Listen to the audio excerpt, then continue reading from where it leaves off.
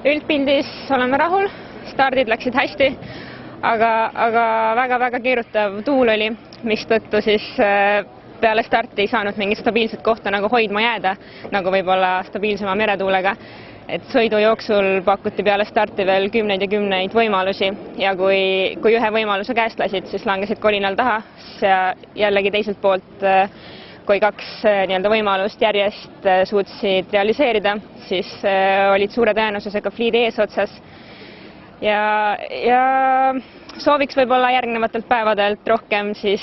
neid õigeid otsuseid järjest. Ütleme nii, et kuna siin on väga hea, kõige kõvem konkurents üldse koos, siis ma arvan, et meie ootused olekski üllatada ja sõita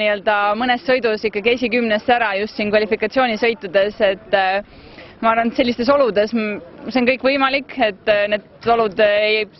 kui võib-olla on ka kehvem käik mõnes sõidus, siis see ei pane veel mingeid piire ette, et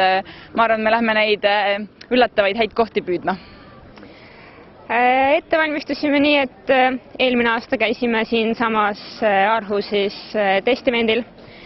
võistlemas, kus me saime oludega tutvuda ning 6 aega tagasi käisime siin treeninglaagris, kus me päris suures fliidis saime iga päev võistlussõite teha. Et ettevalmistus on, ma arvan, piisav olnud.